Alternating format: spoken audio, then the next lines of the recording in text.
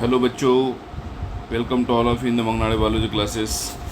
Student, हम लोग अभी जो क्वेश्चन या पॉइंट पढ़ रहे हैं वो एक्चुअली ओल्ड एडिशन और न्यू एडिशन में क्या चेंजेस दिए हैं इसके बारे में सोच रहे हैं। एक्चुअली बहुत से बच्चों को न्यू एडिशन में जो चेंजेस है वो पता नहीं है, इसलिए अभी एग्ज़ाम पास में आई है, 8 दिन बाकी है, तो बच्चों को ये समझ में आना चाहिए कि क्वेश्चन पेपर जो निकलता है वो निकलता है 2025-26 के न्यू एडिशन से निकलता है। तो न्यू एडिशन में क्या चेंजेस है ये आपको मैं बताना चाहता हूँ।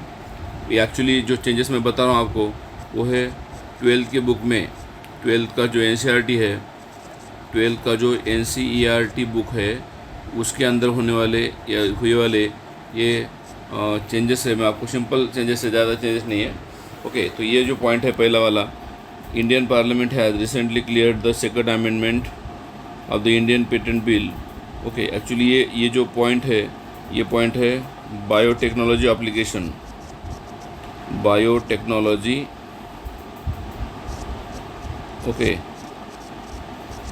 एप्लीकेशन चैप्टर से रिलेटेड है और इसमें पेज नंबर 185 में लाइन दिया है उन्होंने, टर्म्स इमरजेंसी प्रोविज़न एंड दिया है।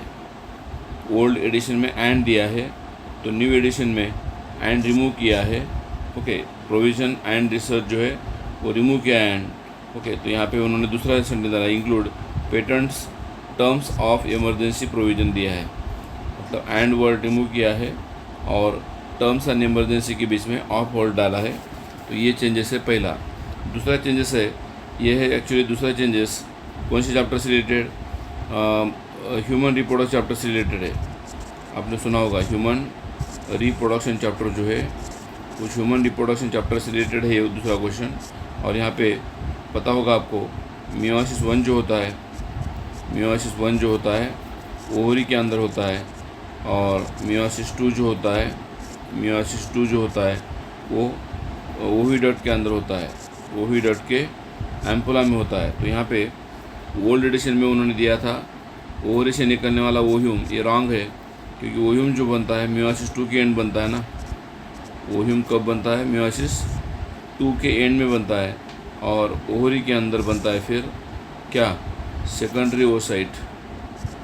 जो ओवरी से निकलता है हैप्लॉइड वो है सेकेंडरी ओसाइट। तो यहाँ पे ओह्यूम दिया था ओल्ड एडिशन में और उसी जगह पे अभी उन्होंने करेक्शन करके सेकेंडरी ओसाइट किया है, ये करेक्ट है सेकेंडरी ओसाइट। सो न्यू एडिशन जो है 2025-26 उसमें ये जो ओवरी से निकलने वाला है वो सेकेंडरी ओसाइट है, तो ये आपको नोट करना है बुक में। और तीसरा जो करेक्शन दिया है ओल्ड से न्यू में, MBI molecular basis of immunity chapter से रिलेटेड है ये।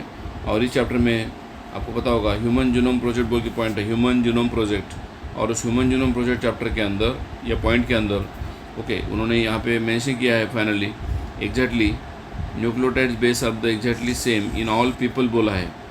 ओके, अभी पीपल जो है वर्ड ओल्ड एडिशन में था और उस ओल्ड एडिशन को हमने करेक्शन करके यहाँ पे ऑल ह्यूमन दिया है, क्योंकि पॉइंट है human genome project, human genome project. इसलिए यहाँ पे ज़्यादा से ज़्यादा अपने को जो फोकस करना है ह्यूमन वर्ड के ऊपर फोकस करना है। पीपल के ऊपर ऑब्जेक्शन आ सकता है बट ह्यूमन वर्ड के ऊपर कोई ऑब्जेक्शन नहीं आ सकता है। तो ये ह्यूमन के अंदर जो एस्टिमेटेड जीन है 80,000 to 1,40,000 जीन्स यहाँ पे दिए हैं। ओके, और टोटल नंबर ऑफ जीन यहाँ पे एस्टिमेट किया है 30,000। ओके, और much lower than the previous estimate, मतलब पहले पे एस्टिमेट किया था इतना। ओके, ये भी आप लोगों को चेंजेस पढ़ना है, molecular basis of immunity chapter से रिलेटेड है। Thank you. ये 3 जो चेंजेस है मैंने आपको डाल दे हैं यूट्यूब चैनल के ऊपर। आई होप इसका बहुत अच्छा बेनिफिट आपको आने वाले 2025 के नीट एग्ज़ाम में होगा और इसका आप फ़ायदा लोगे। Thank you for watching video.